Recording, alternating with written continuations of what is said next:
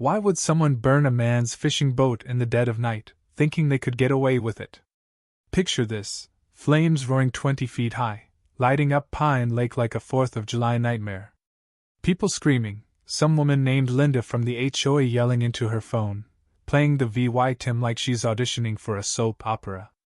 And there I am, barefoot on my rickety dock, watching my pride and joy me fishing boat crackle and sink into the black water. That's me, alright, and you're probably wondering how the hell we ended up here. Let's back up. When I first bought that old, weathered house by Pine Lake, I thought I'd struck gold. Mornings draped the water in soft light, the air smelled like cedar and quiet, and for once, my days weren't packed with meetings or handshakes. Just me, my rod, and the tug of a fish on the line. My place sat on 2 acres of wild land, fringed by gnarled oaks, at the far edge of the Pine Grove sub-Dvy Sound. Unlike those cookie-cutter houses with their perfect lawns, my property had so rough, untamed, and according to every deed and tax record, completely outside the HOA's grip. I was free. Evenings, after slogging through county budgets or smiling at fundraisers, I'd kick off my shoes, wander down my splintered dock, and fish until the sunset turned the lake crimson. I wasn't loud, didn't throw parties, barely even waved at neighbors. The lake was public, a holdover from when this was all ranch land, and fishing was life, not a weekend hobby. I checked the laws myself. County Ordinance 24-113, clear as day. Anyone could fish Pine Lake, long as they followed catch limits. Simple, right? Not to Linda Carson. She showed up one afternoon like a storm cloud, ruining a perfect bass catch. I was wiping fish slime on my jeans when I heard her sharp throat clearing. There she stood, arms crossed, VY sword tilted like a drill sergeant, clutching a clipboard so tight I thought it'd snap. "Excuse me," she snapped, voice like a whip. "Do you have permission to fish here?" I kept it light, thinking she was just confused. "Sure do, ma'am. Lake's public. County law says so." I tipped my hat, even threw in the ordinance number for kicks. Her eyes narrowed to slits. Without asking, she marched onto my dock, her pristine sneakers clicking like gunfire. "This is Pine Grove Estates property," she said, all high and mighty. "Lake access is for residents and their guests. Fishing needs HOA approval." I laughed, figuring she'd back off. "With respect, my land's outside your HOA, and the lake's been county property for decades. Nothing your club can do about me fishing in my own backyard." I turned back to my rod, her stare burning holes in my back. I thought that was the end of it. Big mistake. 2 days later, a fine was taped to my door. "Unauthorized use of HOA amenities, do lot 250. Written in angry red ink, like I'd robbed a bank instead of caught a fish. I chuckled, crumpled it, and tossed it in my fire pit. Satisfying, but dumb. The notices kept coming: fishing without a permit, unauthorized, dock repairs, improper boat storage. Each one more ridiculous than the last. My lawyer confirmed they were toothless. The HOA's reach stopped at my property line. Their fines were as real as a $3 bill. Still, I kept every letter, every threat, building a paper trail. But Linda didn't stop at paper. The neighborhood shifted. Friendly waves turned cold. Mailbox chats dried up. Newer residents, the ones who thought Pine Grove was some gated paradise, ate up Linda's lies. One day, I caught Mrs. Jenkins across the street filming me while pretending to water her plants. Another morning, someone chalked, "Lake rules, residents only," on my driveway. I hosed it off, grinning. They wanted me to crack, to give them a reason to pounce. I wasn't biting. I started a logbook: dates, times, photos, every petty move they made. When Linda sent a fake notice about my boat trailer, I snapped timestamped pics pro-VYing it was legal. When her goons blocked the public boat ramp with cones, I called the sheriff and had them cleared. Every jab they threw, I parried with calm precision, Leah VYing them flustered. They were used to bullying pushovers, not someone who'd spent years outmaneuvering tougher opponents without breaking a sweat. Still, it got under my skin. I started hesitating before heading to the lake, checking for eyes behind curtains. My peaceful evenings now had a tense edge. Some nights, I'd sit on my porch, lights off, watching HOA patrols creep by, their headlights sweeping my dock like a prison spotlight. I'd wave, coffee thermos in hand, smiling like I didn't have a care in the world. They never caught me slipping. Linda tried dirtier tricks, anonymous emails from fake accounts, demanding I respect community standards or move out. I traced them to HOA board members, logged it, and sent copies to my lawyer. They thought they'd wear me down, but I was playing chess while they played checkers. I figured they'd burn out, move on to someone with a slightly off-color mailbox. But Linda wasn't like that. For her, this was about power, about crushing anyone who dared defy her. She didn't back down, she doubled down. The second month was war. It started with a neon orange ticket on my truck, parked in my own driveway, claiming illegal street parking. I laughed it off. Then another, taped to my mailbox for improper installation, citing a fake rule. By week's end, I was hit with violations for wildflowers by my dock, my porch flag, even a stack of firewood. It was absurd but calculated, meant to drown me in nonsense until I quit. They didn't know I'd faced down crooked officials and won. I wasn't folding for Linda's clipboard brigade. When the fines failed, they got nasty. One evening, I found construction trash, glass, nails, broken tiles dumped in my yard.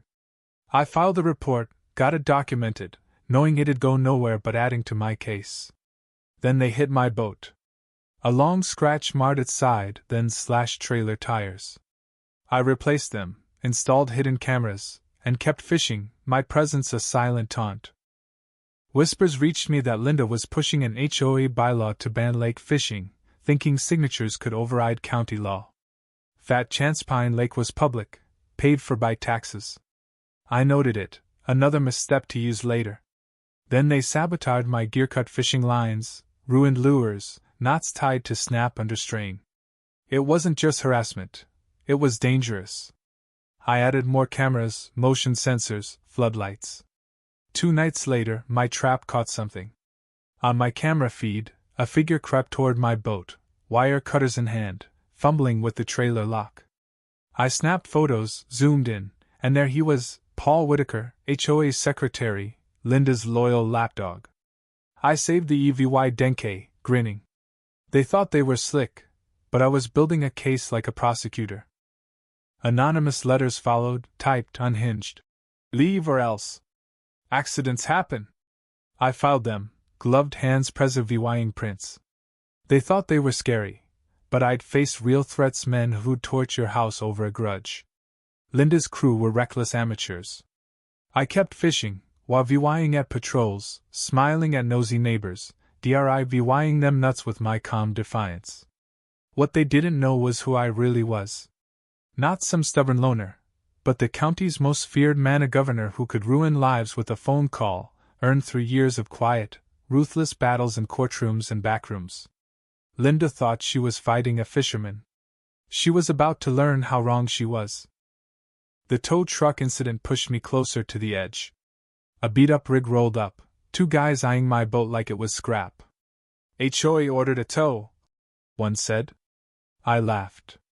Got a county writ? They mumbled about Linda's signature. That's cute, I said, recording. Touch it, and it's grand theft. Smile for the camera. They peeled out. I sent the VY Deo to my lawyer. Linda confronted me, fuming. Comply, and we'll stop, she hissed. I waved my phone. You're gonna love the internet, Linda. That night, my alarms blared. Camera feed showed hooded figures pouring sugar into my boat's gas tank, slashing seats, cracking the windshield. I ran out, shotgun ready, but they vanished. I filmed the wreckage, called the sheriff, and handed over footage. No arrests, but I knew small-town politics moved so, especially with Linda's golf buddies on the council. Community Day was their final mistake. Booths lined the lake, kids everywhere, Linda buzzing like a queen. I stayed by my dock, tinkering with my battered boat, ignoring her smirks. Then I smelled smoke, sweet, acrid. Flames roared from my boat, black smoke choking the sky. People screamed, kids cried, and Linda played hero, shouting about storage rules and blaming me. I filmed, staying calm. Firefighters doused the wreck, but it was Ganami boat, my sanctuary, burned to ash. Linda handed the deputy a fat envelope of fake violations, painting me as a menace. I stepped up. I've got footage, timestamps, harassment records.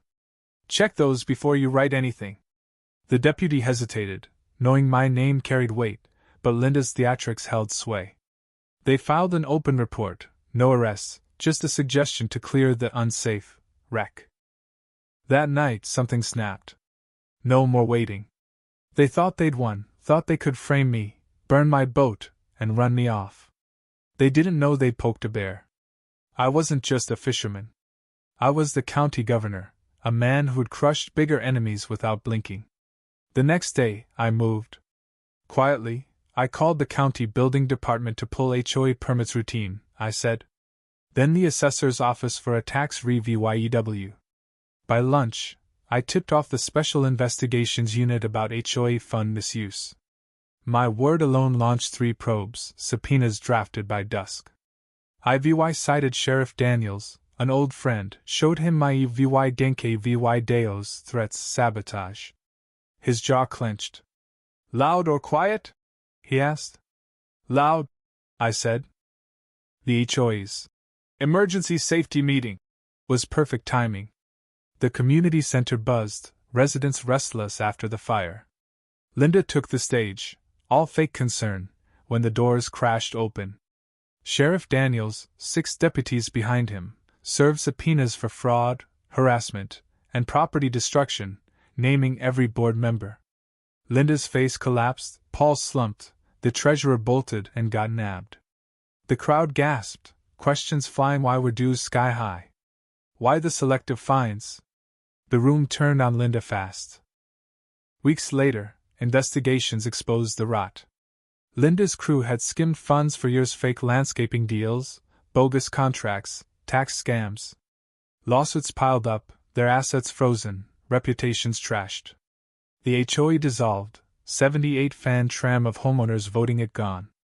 Linda was banned from any HOA role countywide. Neighbors who'd shunned me brought pies, apologies.